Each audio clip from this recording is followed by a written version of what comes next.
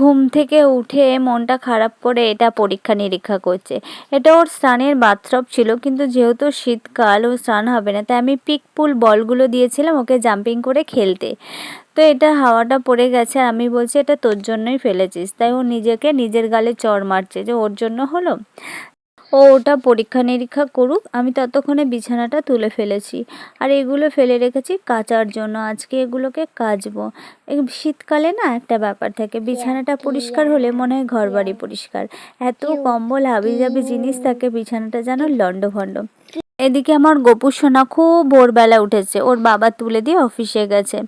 পাতের মধ্যে তুলসী পাতাটা দেখতে পাচ্ছি না, ভুলে গেছে না ইঁদুরে নিয়ে গেছে। জানলাটা খুললাম, দেখলাম বেশ রোদ পড়েছে দেওয়ালটার গায়ে। দেখেছো কি সুন্দর রোদ পড়েছে, কিন্তু সঙ্গে হাওয়া আছে, গাছের পাতাগুলো খুব নড়ছে। কিন্তু আমার না এই জানলা খুলে এই প্রকৃতিটা দেখতে খুব ভালো লাগে। এই প্রথম দরজা খুলবো, অনেকটা বেলা হয়েছে।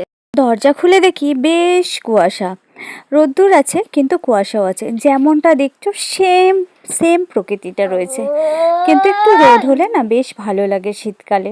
আর কি করা যাবে বলো, ওয়েদারটা না বেশ ভালো লাগলো না। তো এখানটা বেশ রোদ পড়েছে। আর আমার এই নীলকণ্ঠ গাছটাকে দেখো, একাই লম্বা হয়ে গেছে। রোজ একটা করে ফুল হবে আর একাই বেড়ে চলেছে। অনেক কষ্টে একে বাঁচিয়েছি। যাক, গোড়ার কলা গাছটাকে দেখছো, আমি হলুদ গাছ ভেবে এখানে লাগিয়েছিলাম। অ্যাকচুয়াল এটা হয়েছিল আমার বাথরুমে। একটু জল দিয়ে দিচ্ছি সব গাছগুলোকে, সকালবেলা না হলে সন্ধ্যাবেলা একবার করে জল দিই। এটা হচ্ছে না গন্ধ পাতা গাছ বা গাদাল পাতা গাছ, যেটা পেটের জন্য খুবই ভালো। কিন্তু এর একটা শিকড় না ইঁদুরে কেটে দিয়েছে, তাই গাছটা না একটু ঝিমিয়ে মতো গেছে। এত ছোটোবেলায় না আমার ছেলের পেটে খুব সমস্যা হতো, আমি তাই গাছটা বাড়িতে লাগিয়েছিলাম ওর তরকারিতে দেওয়ার জন্য। এখন আমরা বড়া টড়া বেশ ভালোই খাই। আর এই ধুদ্রা ফুলের গাছটা মরে গেছে। অরেঞ্জ, এর মাথায় লেখা আছে ফ্রেশ ফ্রুট। আমার ছেলে নিজে নিজেই পড়ে দিল। কি সুন্দর না অরেঞ্জগুলো, কিন্তু না এই মাথার সামনে এইগুলো সাদা সাদা শক্ত শক্ত, রস নেই। আমার অরেঞ্জ কটা লসই হয়ে গেল।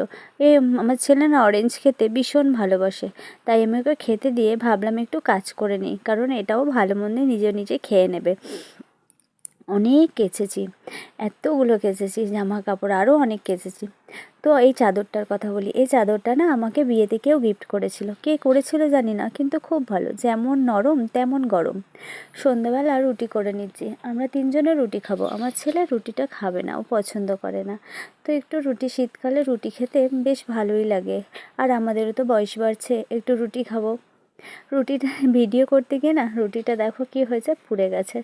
তো এটা উল্টে দিলাম, এদিকটা ভালো আছে, এটা আমি খেয়ে নেব। এটুকু পুড়ে গেছে বলে ফেলে দেব না, খাবার নষ্ট করতে না আমার একটু ভালো লাগে না। ভিডিওটি ভালো লাগলে লাইক এবং সাবস্ক্রাইব করে সাপোর্ট করবেন। Thank you.